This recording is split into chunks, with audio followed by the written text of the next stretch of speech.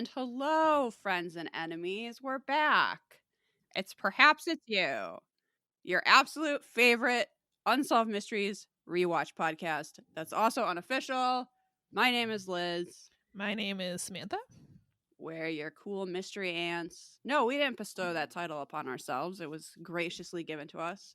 We would And never give ourselves nicknames. No, that's gauche. I was trying to think of the word there. It's so gauche.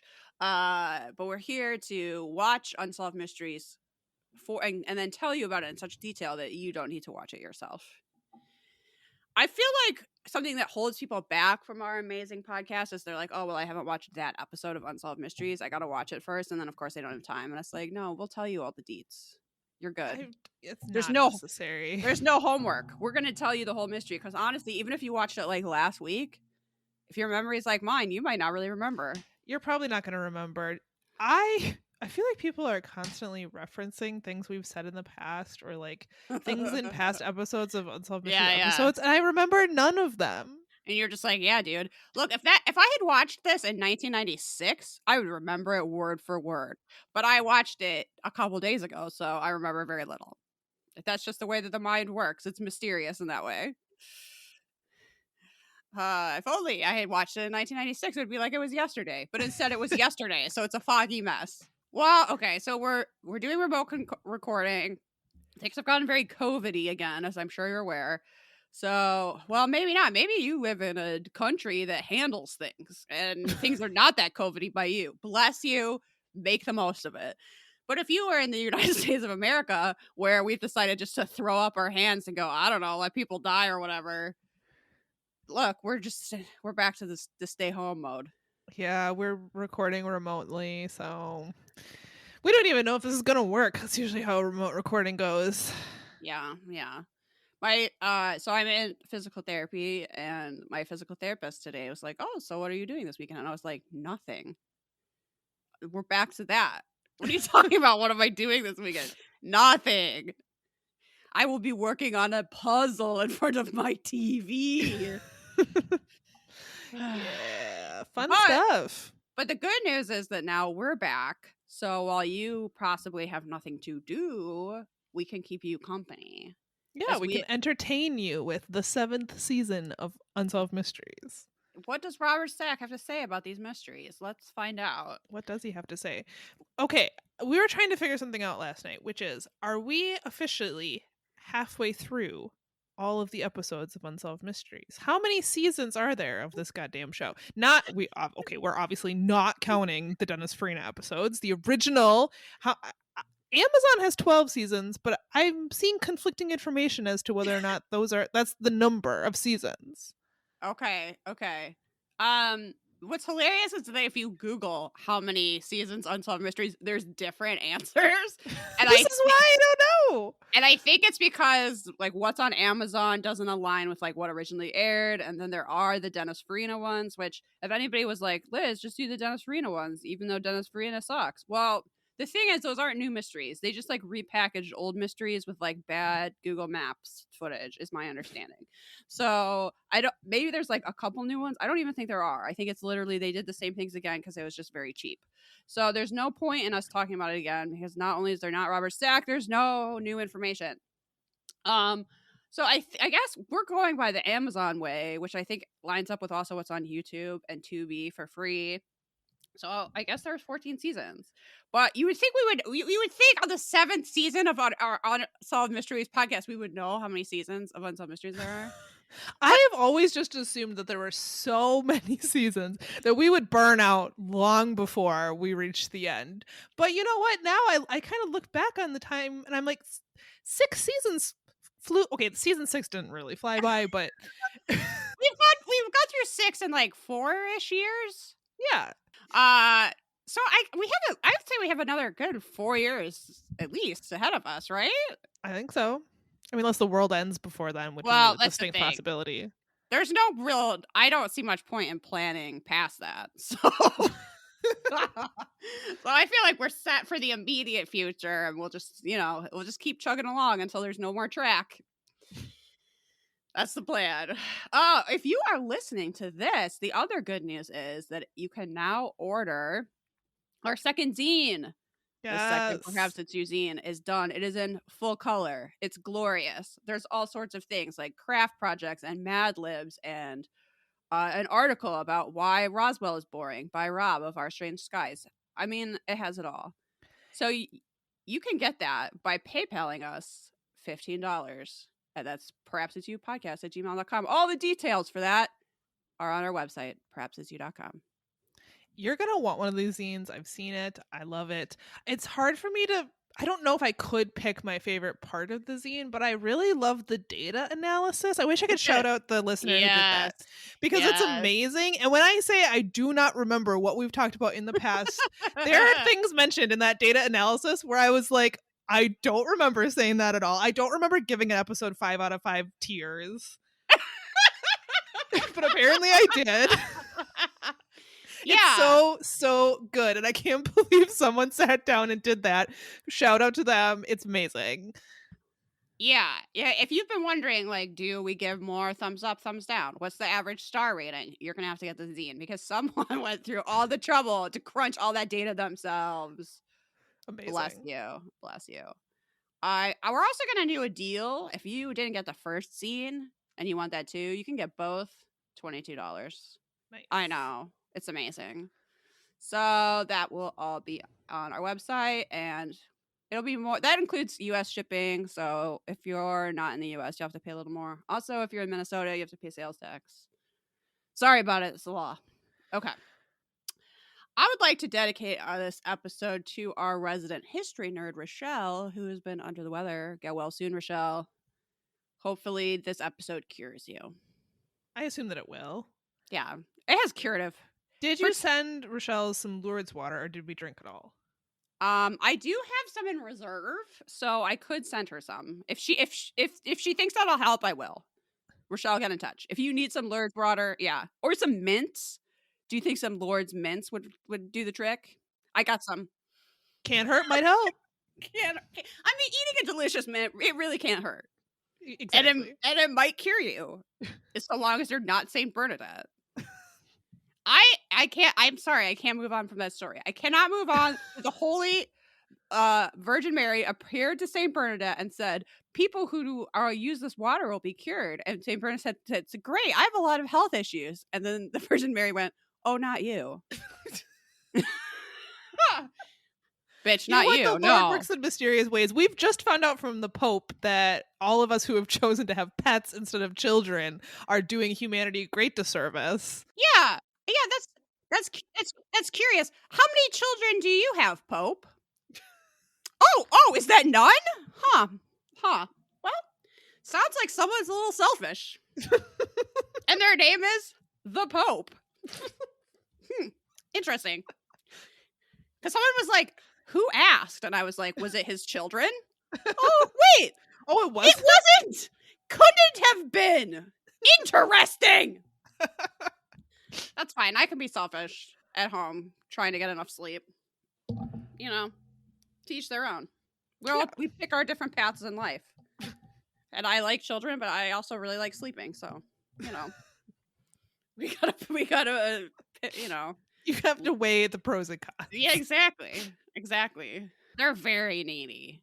Children, get it together. Grow the fuck up. What is wrong with you? You're so childish. It's like your whole deal. Grow up. Okay. I don't really think I have any updates beyond that. We've survived into 2022, a year that sounds like the future. It's pretty hellish. Don't recommend. I'm working on time travel so I can go back to 1988 and go to the mall and shop for CDs, but my experiments are not going very well so far, so don't hold out for that. I'm not aware of like any important Unsolved Mysteries news. Maybe something happened.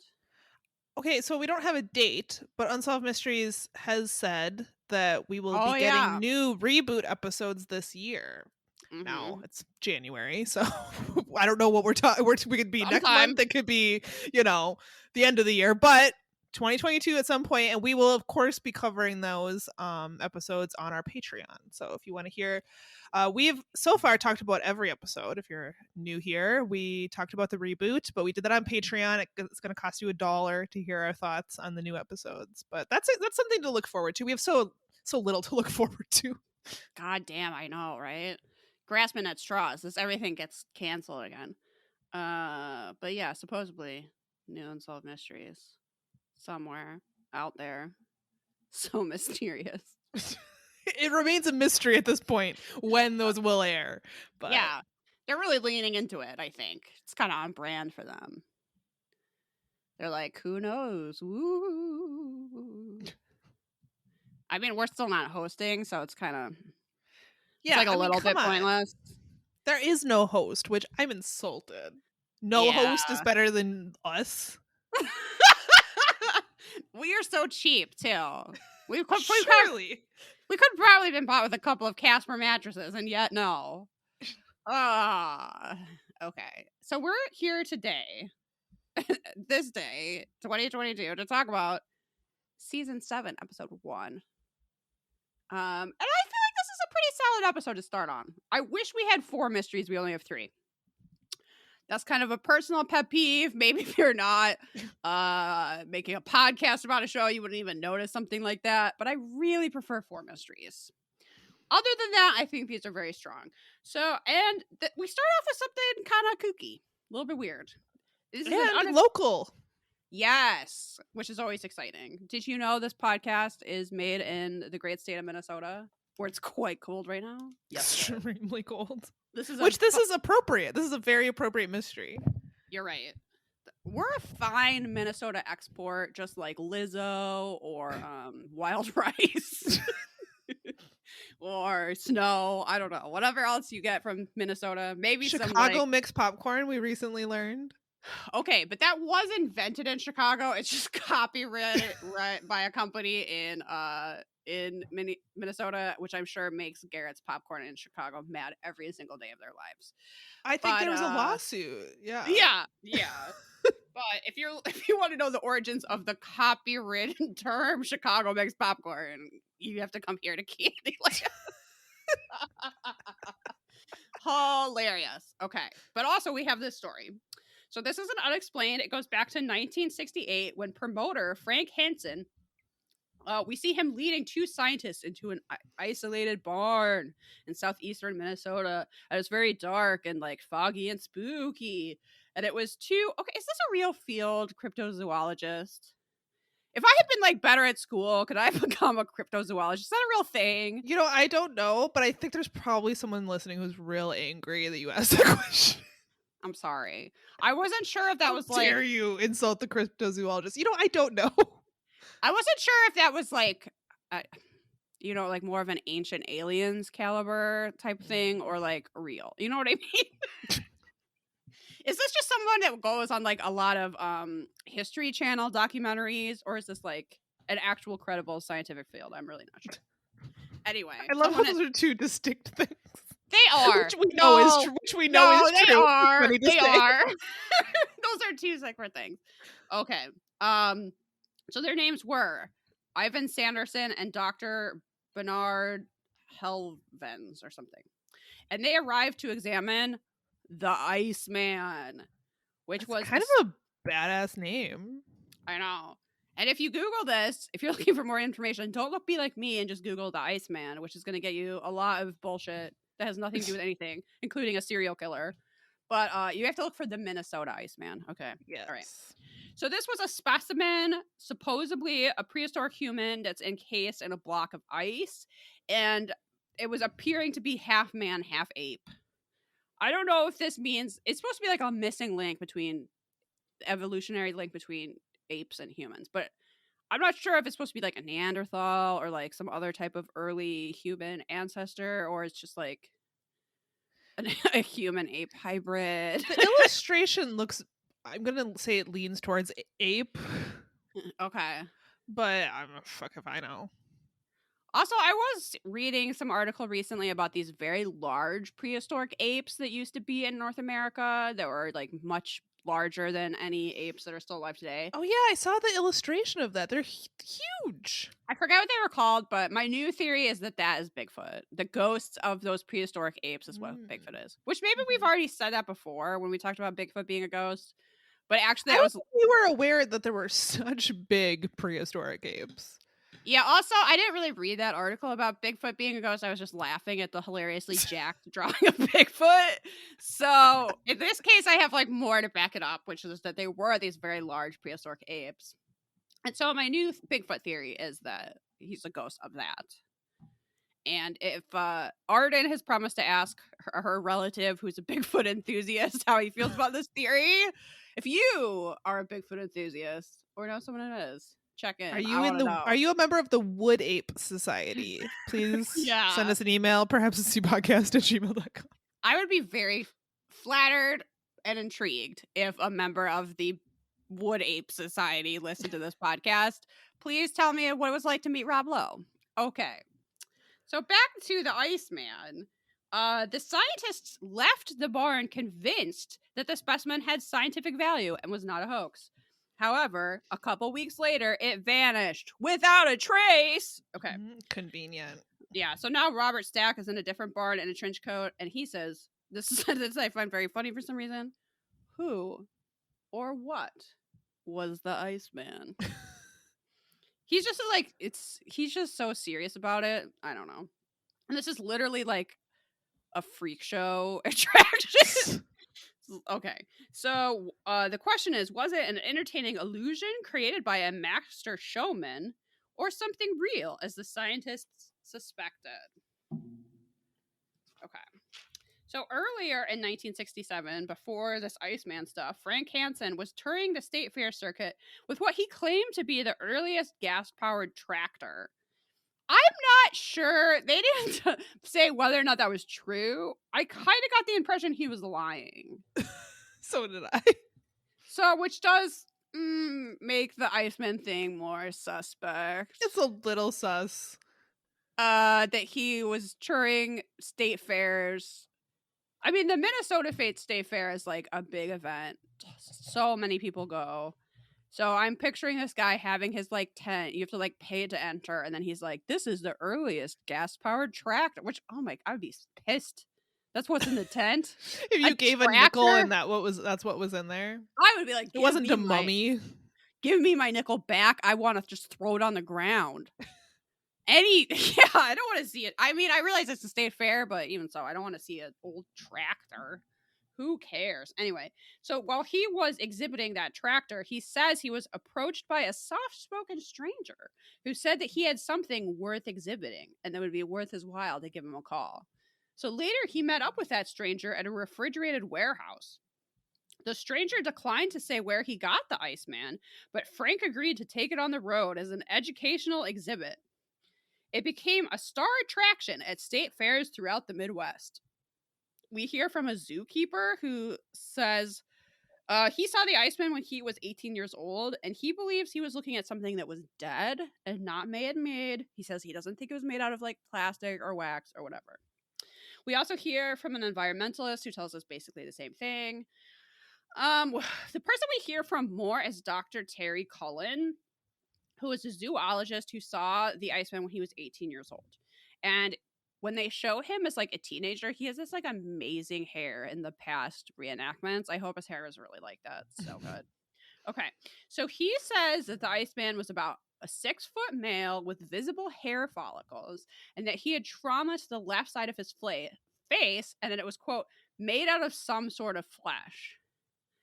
So according to him, if it was a hoax, it was like somehow made out of like a human body or animal bodies or something. It was not made out of like plastic. That if it was not the real thing, that it was probably like a dead dude with orangutan teeth. Oh, God. Because at one point he talks about visiting the exhibit several times. Okay, another thing that makes this very sus is that this guy he's so intrigued by this exhibit and whether or not it's real that he keeps going to it at the fair. He keeps paying his nickel or whatever. But that makes Frank Hansen agitated. Like, he doesn't like that this guy keeps coming back, which, why? Yeah, I think he's afraid he's gonna look at it one too many times and notice the So zipper in the back or yeah, whatever. exactly. So it's at one point, Dr. Terry Cullen, as a teenager, he even snuck in a magnifying glass, which, like, why would you have to sneak that in, right? So No, that he they could, should be offering this up for human study. They should be thawing it out, first of all. Why are they keeping it in the ice? because it's so legit, Samantha. It has to be Okay. kept on. It has to be kept nice and fresh. I mean, I'm sure It's there's like a a fish. preservation you would do, but like, It's when like a it, fish. You don't want it all thawed out. It's gonna yeah, you're right. spoil. It's like a fish. This is like a fine It's like restaurant. when you go ice fishing. Yeah. What if that's how someone found the Iceman? They were going They ice were fishing, ice.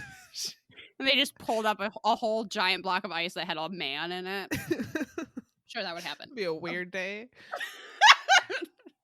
Only in the great state of Minnesota. Okay. So he snuck in this magnifying glass so that he could observe the teeth. And this guy, who is a zoologist, said that they were much like an orangutan's teeth. And he like is so obsessed with whether or not this is real that he starts contacting, like, as a teenager, is contacting actual scientists and like begging them to come take a look at it, which he must have sounded like such a crackpot, like calling up, I don't know, universities or museums or something and being like, please, you have to come see this Iceman. I need to know if he's real or not. And they're like, yeah, okay, kid. But eventually he convinced an anthropologist from the University of Minnesota to take a look, which, guy, you should have been busier, but okay. And so he gets the guy to take a look, but then he comes out of the tent looking all dazed, and he just says that it was amazing and like walks away. He doesn't give like any more information. And it was actually Terry who convinced the two scientists we already talked about to examine the Iceman. They published their findings in, quote, a tabloid magazine for science buffs. I don't really know what that means, but it does make me miss print media quite a bit. Okay. This brought new attention to Frank and the Iceman. This is when the police became involved because, first of all, taking a body like over state lines is not super legal. But also, if it is human, like, how did it die? And how long ago? Like, it suddenly becomes a matter. It's like, oh, that's real? We thought you were just like frauding everyone. But if that's actually like a human corpse that you're just like carrying around in a truck, we kind of need to know a little bit more about it. And so the night after the police stopped by to be like, yeah, we're going to need to examine that Iceman, so Frank left town, taking the Iceman with him. Imagine that. As soon as people start asking questions. And that this is just mentioned in passing, and I found very confusing. He later began to exhibit a replica. This part, it lost me a little bit at this part. What? And so the question is it real? Is it fake? Or is it a dead guy who unfortunately ended up as a sideshow attraction? I don't know. Okay, so there is a little bit more to the. I'm saying I don't know. Look, it's fake. He left town as soon as the police were going to get involved. I'm also pretty sure the replica he started exhibiting is the same thing. He just stopped claiming it was a dead body because that was going to get him in legal trouble. But right, suddenly it's a replica. It was like, I mean, it's a replica of the guy I used to have, but also don't ask me any questions about that. Okay, so according to Unsolved Mysteries Wiki, in 2013, the carcass allegedly resurfaced. It was auctioned on eBay and purchased by the owner of the Museum of Weird. The new owner claimed to have purchased it from the man who purchased it from Frank Hansen's family after his death in 2003. However, it is suspected that the, quote, carcass that resurfaced is actually the replica, not the original. I think it's the same thing. Apparently, this was also on Shipping Wars, so I'm going to need to watch that ASAP. And yeah, yes, if you're interested, it's on season 4, episode 6 of Shipping Wars. And it was also on Mysteries at the Museum, but I don't know. Oh, season 12, episode 26. Yeah, there's been various specials about this over the years. You can find out a little bit more information about it. I think it's pretty clearly fake, but it is interesting that it was like such a good fake, I guess. It is interesting. Yeah. It seems to have fooled some people. Mm-hmm. Other mystery, why was Shipping Wars a show? There were at least 4 seasons. So, I mean, I don't I've know. I've watched it, so I guess I answered my own question. Okay. I did look up cryptozoology, and Wikipedia says that it's a pseudoscience. So, and Okay. it's Okay. neither a branch of zoology nor folklore studies. So, take that for All right. That sort of aligns with what I was thinking. I still probably should have become a cryptozoologist, maybe. noted parallels include ghost hunting and ufology. Okay. So, Sure. Okay. Yeah. Got it. Got it. all right. Are we ready for a lost love? I love this Lost Love, so yes. This lost love was great. We're looking for the friend of Tom Vaughn, which sometimes when I hear Tom Vaughn, I think it rhymes, and sometimes I think it doesn't. It's Tom playing Vaughn. Tom it's Vaughn. playing Tom tricks Vaughn. with my mind. So if I stumble over Tom Vaughn or his friend who is also named Vaughn for some reason, forgive me. Tom Vaughn. Tom Vaughn. Tom Vaughn. It sounds like yawning a little bit. A little bit. Oh, Yeah. Tom Vaughn. So in 1956, 10-year-old Tom Vaughn was placed in the Lieutenant Joseph P. Kennedy Home for Children. Sorry, I was struggling to read my notes. First episode. A New York City orphanage after his mother Jean and his father went through a very bitter divorce. And it was extremely bitter. I forget how Robert Stack describes it. I think he says that Tom's journey to get to the orphanage was a saga in and of itself, which it Aw. definitely was. By 1954, Jean was hiding Tom and his younger brother Dick from their father. She was taking them around to different friends and families and keeping them there and not telling their father where they were. Sounds very traumatic for a child. Sounds horrible. For 2 years, she had them in over the course of 2 years, she had them in 9 different rooming houses and foster homes. Yeah. F- Yeah. Finally, they ended up living in the basement of an apartment complex in the Bronx. They were normally left alone. However, the landlord and his wife did watch over them and were actually considering adopting them and trying to become their legal guardians when Catholic Charities stepped in for some reason and decided to take them away and separate them. So that's cool. Why couldn't the landlord, who I know this is surprising for a landlord, but seemed like a nice dude, why wasn't he allowed to adopt them? I don't know. Him and his wife seemed like they were taking care of them, and the kids were happy there, and they wanted to become their guardians. But for some reason, Catholic Nope. Charities stepped in and ruled that Jean was an unfit mother. And then they pressured her to send Tom and Dick to an orphanage in the Pelham Bay section of the Bronx. Okay. Well, whatever. So that's great. When it was time for them to say goodbye to their mother, Tom says he was paralyzed with fear and unable to speak. It's so sad. They were able to see her on the weekends, but they were forced to live in separate parts of the orphanage. So even in the orphanage, they couldn't be with each other. Why? Don't know. I assume because they were different ages. It's really. Who cares? That's so weird. I don't know. I don't know. Tom became more and more upset. By this, he was not having a good time in the orphanage when he met another boy who'd actually become his roommate. His name was Brendan Vaughn, and they are not related. They just happen to have the same last name. Brendan was the first person to talk to him at the orphanage. And in fact, he refused to let Tom kind of just like stay in the corner and be sullen and quiet and like, not participate in games and things like that. He would go over and he would encourage him to join in, and he befriended him. He was there for him during difficult times.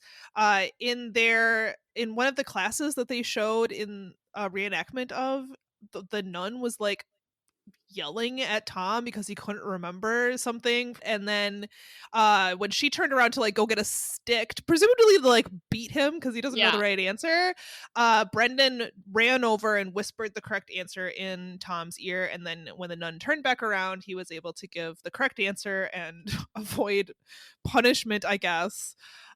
Seems like a great time. Okay, the kid that they get to do, that they get to play Brendan, is supposed to be Irish, like an Irish immigrant. I'm not sure if Unsolved Mysteries is aware there's a whole country of Ireland. Surely they have some children that could have maybe been in this segment, but instead this kid just like talks with the most hilarious, disjointed, weird accent you've ever heard? It is I'm really funny. There's a moment where he's describing the Blarney Stone, and they could have just left that out. They didn't have an Irish kid to play this part. no, I think I'm glad they left it in. It's real jumbled and messy and pretty funny. And It is. actually just like kind of adorable. I mean, they're kids, so it is really cute. So a year and a half after Brendan and Tom met, Brendan unfortunately left the orphanage, and Tom was again petrified with fear and unable to say goodbye, and he never saw Brendan again. Eventually, he and Dick were sent to live with their father in Montana. Sadly, Jean's problems never improved, and she died in 1985. Ugh. Tom is now a banker in Colorado. He's happily married and has a daughter, and he credits Brendan with changing his outlook on life, and he has never forgotten him and wants to find him. And luckily, we get a reunion, Which if we had not gotten a reunion, I would have been pissed. me too. It would have, yeah. We gotta have that reunion with the Lost Love. It's really like icing on the cake. So within minutes of the broadcast, Brendan called the telecenter from his home in New York.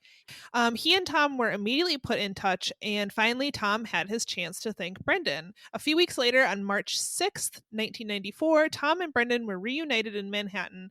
Brendan also met Tom's wife and daughter. He also brought his sister Noreen, who was also at the orphanage with them.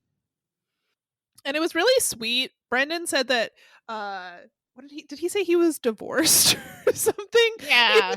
He had 3 wives or something and was single now, and so it was almost like he found a family. I think Robert Stack said that. I don't know if Brendan agreed. Harsh. That it was like, look, this guy's alone. He's an absolute loser. He needs this. I was like, you don't know that, Robert Stack. Did you happen to notice what time they met? I was wondering if you arranged this meeting. They met at 8:30 in the morning. 8:30 sharp. Robert Because Stack I'm said. such a morning person that did not even raise any like bells for me. I was like, who meets at 8:30 in the morning? It was very early. It's bizarre. Okay, my other notes on this is that Tom has a mustache. He does. It's kind of a straight squiggle. So I gave it 2 names. It's either the ventriloquist dummy, because he's wearing a bow tie and kind of looks like a ventriloquist dummy, or the prickle bush. Take your pick. I don't know that I like the prickle bush. It's a little bit of a standard looking mustache. I'm not getting prickle bush vibes, but he does kind of, with his bow tie, you're right. He looks a little ventriloquist dummy. I didn't say that, but I don't know where you got that idea. Whew, Samantha, so rude. Okay. I wrote down saved by a blabbermouth, which is, always good. And it's just a good phrase. Once again, someone was saved by a blabbermouth. And an example of Brendan's sense of humor is that the 2 of them were lying in bed and he said, Tom, tell me when you fall asleep. Oh, yeah. Tom was like, what? What? And he was like, yeah, tell me when you fall asleep. I don't know. It's very funny to me. Okay. Super adorable story. Loved it. Now we have kind of a famous case. This is an unexplained death. We go back to the early morning of November 28th, 1953. A crowd is gathered outside of New York's Hotel Statler, where a man has jumped or fallen from a 13-story window. It was scientist Frank Olson.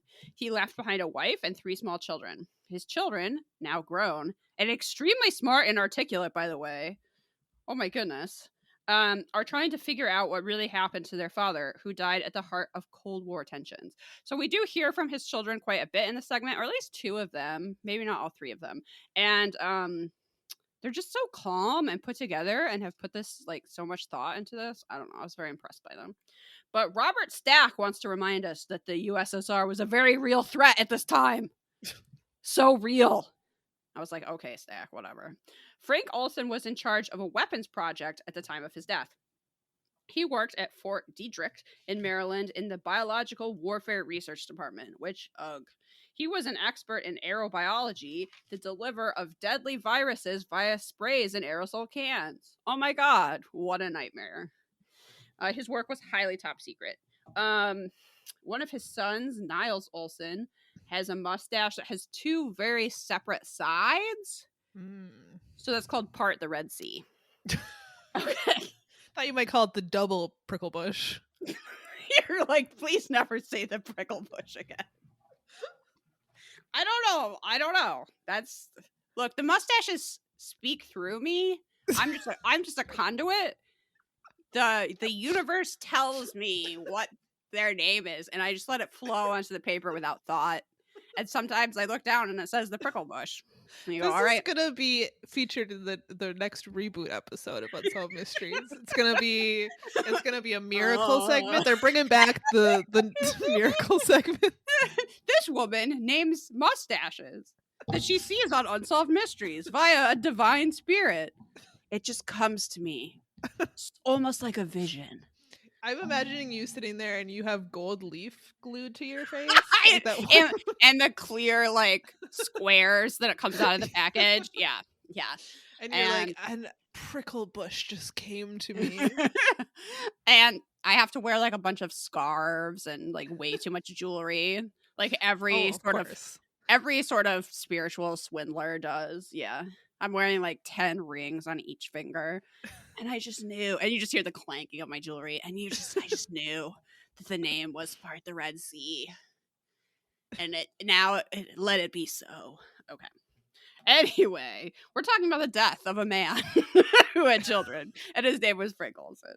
And he did some work for the CIA, which is, don't do that. If you want to live a long, happy life, don't work for the CIA. Dangerous. That's my advice.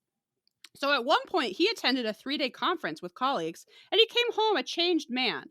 After that, he was severely depressed, and he referenced having, quote, done something wrong, but he couldn't say what. So it was kind of clear to his family that he hadn't, leaked a secret or something. Like, they had asked him, like, oh no, did you, accidentally,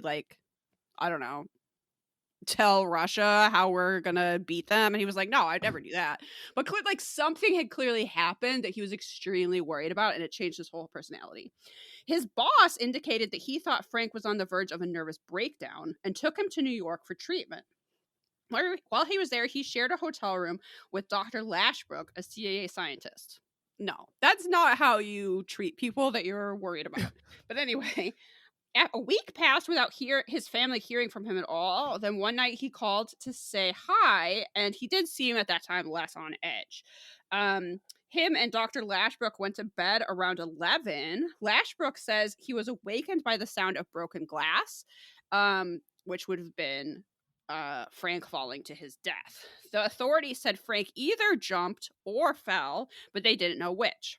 However, the night manager who worked at that hotel that evening found the death suspicious. He ran out to find Frank on the sidewalk before he passed away, desperately trying to tell him something, but his injuries prevented him from speaking. But it was kind of like he was like, hey, this is who killed me. But he can't get the words out, right? When the night manager looked up, he saw that the window shade of the broken window was still down and partially pulled through the window. So, say I have decided I'm going to jump to my death, and I'm on the 13th story of a building. I would imagine that I would open the window before jumping out of it. Seems likely. And also that I would pull up the shade. Maybe I'm wrong. I'm unaware of a type of suicide from jumping off buildings that involves a running start and then crashing through a window and the blind, which seems to be what's being suggested here. Okay, so fast forward to 1975. So yeah, that's suspicious and weird, but they don't really know what to do with it. Also, I'm guessing the police aren't in a real big hurry to go, oh, it was the CIA. Yeah. Nah. just a thought.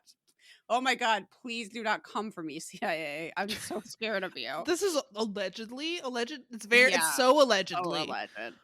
This case to me is a lot like the octopus. Like, we're going to talk about it. We are going to figure nothing out. And I am not going to dive any deeper.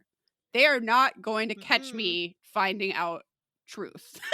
Not No, me having not opinions on me. this I this have no case. Nope. opinions. I have discovered nothing. And I know, I want to be very clear that I know even less than you think I do.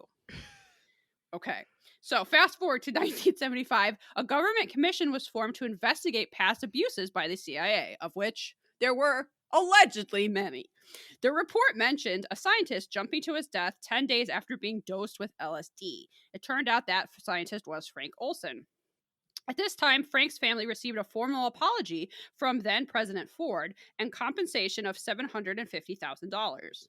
They also met with the head of the CIA at that time, William Colby, who gave them a supposedly complete set of documents relating the last days of Frank Olson's life.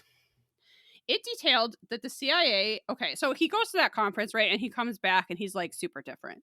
So, what these documents that the CIA give his family showed was that at that conference, which was a bunch of scientists, if the reenactment is at all right, like at a fishing cabin or something. I Anyway, think it was a cabin. okay. So it's just a bunch of scientists hanging out. They're supposed to be like talking about the latest and I don't know how to kill people research. Super weird. And some CIA people are there and they were like, it would be great if we did an experiment now where we dosed all these scientists with LSD and then just like saw what happened. So they supposedly slipped LSD into an after dinner liqueur. And this was done by either famous Sidney Gottlieb or his deputy, Dr. Lashbrook, which is the person he was staying with at the hotel. This was supposedly to test what would happen if LSD was used on captured spies and if they would be like more likely to spill secrets or whatever. There's a really hilarious reenactment at this point of a bunch of middle-aged men high in a fishing cabin. Check it out. Okay. Then one of the agents informed the scientists that the drink has been spiked, and Frank was understandably very angry and did not appreciate being used as a guinea pig. In New York, Frank was taken to see a Dr. Harold Amberson, an LSD expert, which, okay, high school guidance counselors, there's a lot of jobs that you did not tell me were available, and one of them is LSD expert, okay? Just so you know. You might want to throw that out there as a possibility. Cryptozoologist, right? Ghost hunter, I don't know. Yeah. His visits were also attended by his boss, which is most therapy should be, and Dr. Lashbrook. The documents don't show any kind of treatment for him supposedly having a nervous breakdown or whatever. It was more of an assessment to see whether or not he was a threat to the CIA, obviously. One question was why Dr. Lashbrook never called for help after Frank went through the window. It's a good question. It's a fair question. Yeah. But on the other hand, the hotel operator did hear him call someone. So this is from a time where there was a switchboard, right? Like you would call down to the hotel operator and the operator had to like physically connect to the line. And the operator did stay on the line to make sure that you were connected. And also it's probably like great gossip. So the hotel operator heard Dr. Lashbrook call someone and say, this was the whole conversation. Well, he's gone. To which someone replied, well, that's too bad. And then they both hung up. Interesting. I would like to say that that's not suspicious at all. And the probably CIA 911. has my full respect. Okay. So then is the question if Frank was considered a security risk. Apparently, on one of the last nights of his life, he was hearing voices, and those voices told him to dispose of his money and ID, which he put into a trash can. There's also the question if they thought he was suicidal, why was he staying in a room with a window 13 stories high? Why was he? Yeah, that's a pretty good question. After his widow died in 1993, the sons had Frank's body moved to rest beside her. But first, they decided they wanted an autopsy. Despite it being 41 years later, there wasn't an autopsy performed at the time. It was found that despite the death report, there were no lacerations to his face or neck. So they're wondering how he made it through the window. There was also major fractures in the lower part of his body, but like different parts of his body that weren't really consistent with a fall. Like if you fall, maybe you hit like part of the building on the way down, but you don't hit like several parts. Like It should only be in like 1 or 2 places on your body. It shouldn't be in a bunch of places on your body. So that's weird. Then some sort of expert tells us that it's unlikely the CIA would have killed a colleague. Okay. And I literally wrote down, and now we all laugh and laugh. Okay. That's like literally you have an expert that was like, I just can't believe that the CIA would kill a colleague. And you're like, yeah, all right. The CIA's duty is not to like truth. The CIA's duty is to like preserve the institution of the CIA. Or whatever. But whatever. That's fine. I'm sure they are very truthful at all times. That sounds like what a covert government. I'm done. Okay. The update is that after years of investigation, his family remains convinced that Frank Olson was murdered by agents of the U.S. government due to his criticism of illegal top secret protocols. I mean, it's weird to me. Okay, so the CIA's official story is that no, we didn't push him through a window. We just drugged him against his will. And that led him to jumping through a window. I was like, well, that's pretty bad. But they're like, but we didn't push him through a closed window. Obviously, he took a running jump through it in the middle of the night. Yeah. But the thing is, I'm not going to look into it. And I suggest you don't look into it either. That would be my recommendation, honestly. Don't.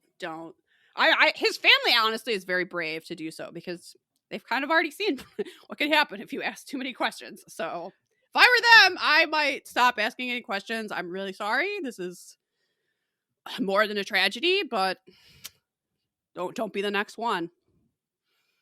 Yikes.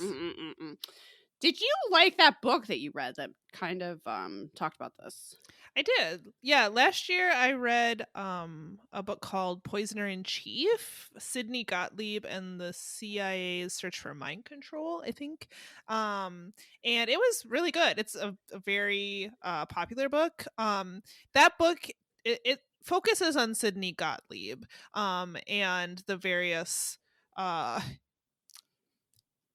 well, you could call them experiments. Other people might call them torture. I'm just throwing words out there now, but what are words? They have no meaning. What are words? But this death features prominently in the story because the party that they all went to where they were dosed with LSD against their will was obviously a big deal and then subsequently led to this man's death. So if you are interested in learning more about it's completely wild. The fact that they thought that the Russians were discovering and developing mind control and that we somehow needed to get mind control too, it's bonkers. It's bananas.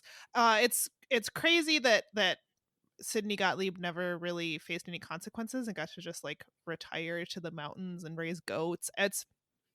There's a lot, but I did really like it. So that maybe read that book if you want to know more. I know nothing. I thought that was not something that would be of interest to me, but actually maybe it is. It's I thought it wouldn't be of interest to me either, but after once I got into it, it's completely, I mean, it will infuriate you, the things that the US government did, but I mean, that's not anything new at this point. But it's wild. It's hard to believe, actually, and I'm not really surprised by anything anymore that the events in the book are true. So I would recommend it. Yeah. Well, surprisingly, that brings us to the end of our episode because the last mystery is an update of a thing we already talked about. Though there is additional footage of him being arrested and not wearing pants. Yeah, he goes on a Porky Pig style fleeing from the police. Okay, there's a pursuit. He's wearing underwear. Yeah. He's not flopping around, but it's still odd. And it's in like a swamp or something. Yeah, I'm not really sure what the circumstances that led up to that, but yeah, basically Unsolved Mysteries wants you to know that he's been apprehended, and we get footage of him being apprehended. He's not coming for you in the night. Yeah, and I wish I could remember names, but I have a horrible memory. It's the case of I'm not sure if it was her boyfriend or husband, but he came back from deployment. He was in the military, Yeah. and he killed his partner and also their neighbors. I think it was a couple that lived next Yeah. door to them that she was friends with. Um It's really did sad. one of them survive? I can't, or did all three die? I can't remember. But I anyway, don't the remember. police captured him. He was arrested, and he was subsequently convicted and sentenced to death. Wow. So Hmm. All that's right. the update. Dark ending. Let's rate this episode. The first episode of season 7. Yes. So we've got our categories. The first of which is mysteriousness. Okay, this is not highly mysterious, actually. I wish it was a little more mysterious. I am hard pressed to think the Iceman thing is real. I Yeah. wish I could suspend my disbelief, and It's weird, but I don't it's know that weird. it's mysterious. Yeah. Supposedly, so my mom's family has a long line of masons in it, stone carvers, and supposedly someone back in the family tree was one of the carvers that worked on the Cardiff Giant, which was a sideshow attraction that was a hoax, that was supposedly the body of a giant that was like frozen. But really, it was just a big carving out of stone. This seems kind of like a similar Yeah. thing. I'm not really sure that it's real. Okay, Lost Love, thankfully not mysterious. They get reunited. They're good friends again. Everything's great. Yeah. And the CIA thing, I mean, who's to to say it's allegedly not mysterious? Who's to say? We've used the phrase allegedly not mysterious before, and I think it applies here. Yeah, this is allegedly not mysterious. Who knows? Who knows? Were you ever told that if you did drugs you would like jump off a building? No. And like dare or something? I absolutely was. I don't know that I was told I would jump off a building, but we got the same like dare propaganda. I recently saw a meme that was those those commercials where it was like, this is your brain on drugs with the egg. I somehow forgot the one that was like the floppy girl. She's like she's like a pancake. It showed up on someone's Instagram story, this meme, and it just said, I watched this and still smoked weed. I absolutely was told, maybe specifically about LSD, but I can't remember, that if I did drugs, I would jump off a building. And I think it's because of this story. I think it also ended up in an episode of Dragnet. I think a lot of boomers saw that and were like, well, if you do drugs, you're going to jump off a building. Or allegedly the CIA might come for you. And also they're the ones that gave you the drugs also. Yeah, he didn't want to do drugs. So somehow that got twisted into this like morality tale of like, you'll think you can fly. That's what we were told, was that if you did drugs, you would think you would fly. You would end up jumping off a building. I'm not aware of that ever happening ever, by the way. I mean, maybe this one. Maybe. This one time, maybe. Okay, so I guess mysteriousness in conclusion is sideways or down? Maybe down? I'm honestly going to say it's allegedly thumbs down. No, you're right. It's allegedly thumbs down. It's allegedly really not very mysterious at all. Yeah. Next category. Fashion. Okay, not great. All I can think of is that reenactment guy's hair seeing the Iceman, but that is not enough to carry the episode. No. Nothing else stood out to me. Thumbs down. The mustaches were okay, but honestly, we're in season 7. We need people to bring their mustache game. These are not going to do it. These were prairie standard mustaches. Yeah. Even if they did end up named the Prickle Bush. It's true. So thumbs down for. Oh my god! Stop saying that. I mean, that might be the title of this episode at this point. What are mysteriousness, fashion, reenactments? Okay, I think the reenactments were good, actually. The Iceman ones were charming, kind of funny. The Lost Love ones were very charming, even if the accent was really bad. The only one that was like super goofy was the scientist getting high, but I'm not sure you could film that and not look goofy. So yeah, I'm gonna say thumbs up. It does get a thumbs up for reenactments. I agree. Okay, this brings us to our Robert Stack scale. Well, okay, how do you feel about Stack himself, though? Oh, I thought he was pretty good. He had some interesting lines. He was also in like an old state fair, I guess, like a creepy Yeah. carnival at the He beginning. wasn't in it that much, though. No, he really wasn't. I'm gonna say Sideways. So yeah, I think sideways for Stack. Again, you got to bring your game. We're on season 7. Okay, so what? Oh, on the scale. So tell us about Yeah. the scale, Samantha. Okay, so our Robert Stack scale is usually 0 to 5 Robert Stacks. I guess we could also rate in tiers, but I don't think this episode warrants that. No. Um, Okay, I thought 'cause this was solid. So I think I this is liked a it. It was solid weird. I did episode. not see this Iceman thing coming, so I really appreciate that. I think this has got great variety. This has got some surprises, some like funny moments, some serious moments. At least a 4 from me. yeah, I think it's a 4 episode for me too. I think it's a great one to come back on. I enjoyed watching it. There's It stuff to starts talk the about. season strong, which I appreciate. hmm I think it's quality. Yeah. I think Agreed. maybe Stack did fun it in a little bit, but the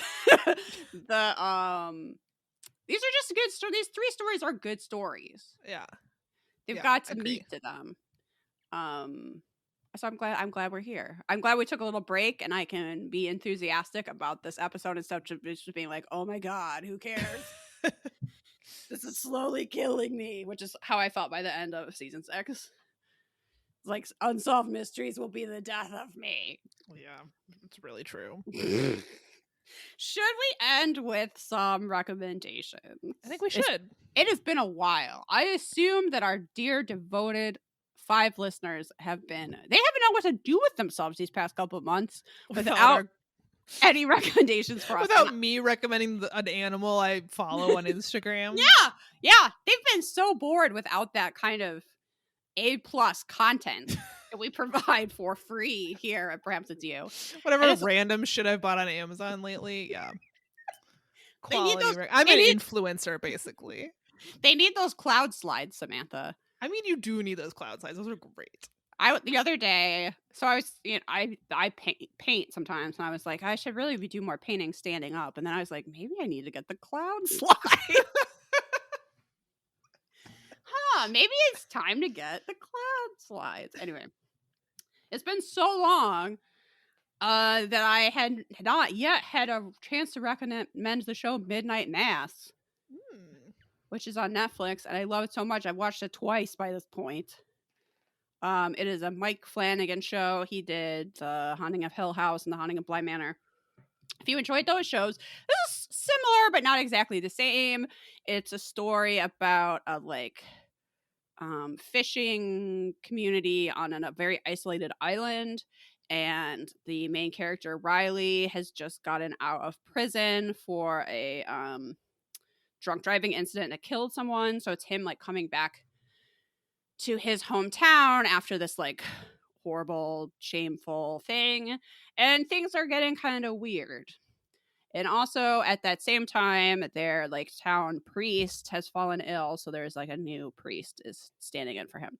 And it's the story of this community on the island and how weird things get. And I don't want to say too much about it because I think not knowing is definitely a huge asset in watching episodes. But the acting is so good, and the spooky, moody creepiness of it, I just loved it. It's a slow burn. At first you're like, what is happening? What is this thing? And then it just slowly drags you along and unfolds. And I think it's a really cool story and very, very well done.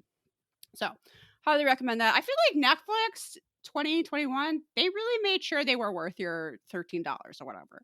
Sometimes I've been like, what is why am I still on this? There's nothing I want to watch. But they really brought some good stuff in 2021. And I think that was the pinnacle example of very cool things to watch. So nice. If you have not seen that yet, I feel like that would be a great spooky wintertime, light some candles, get under your comforter. I almost feel like don't binge it, draw it out a little bit, but up to you. Hi, friends and enemies. Unfortunately, we had a lot of technical issues at the end of our remote recording session, and my recommendation is basically unlistenable. But it's really fine. I'm not some kind of influencer, and Netflix isn't paying me to recommend the latest obscure documentary I watched recently, so fuck them. Here's the end of the episode. Love you. Anyway, Okay. the stupid Zencaster keeps stopping the recording. We've tried this like 8 times. Honestly, I'm done. Okay, that's great. So, social media, Patreon, perhapsitsyou.com, get our zine now. Thanks for listening. We love you. Keep You're the barking. best. Bye. Bye.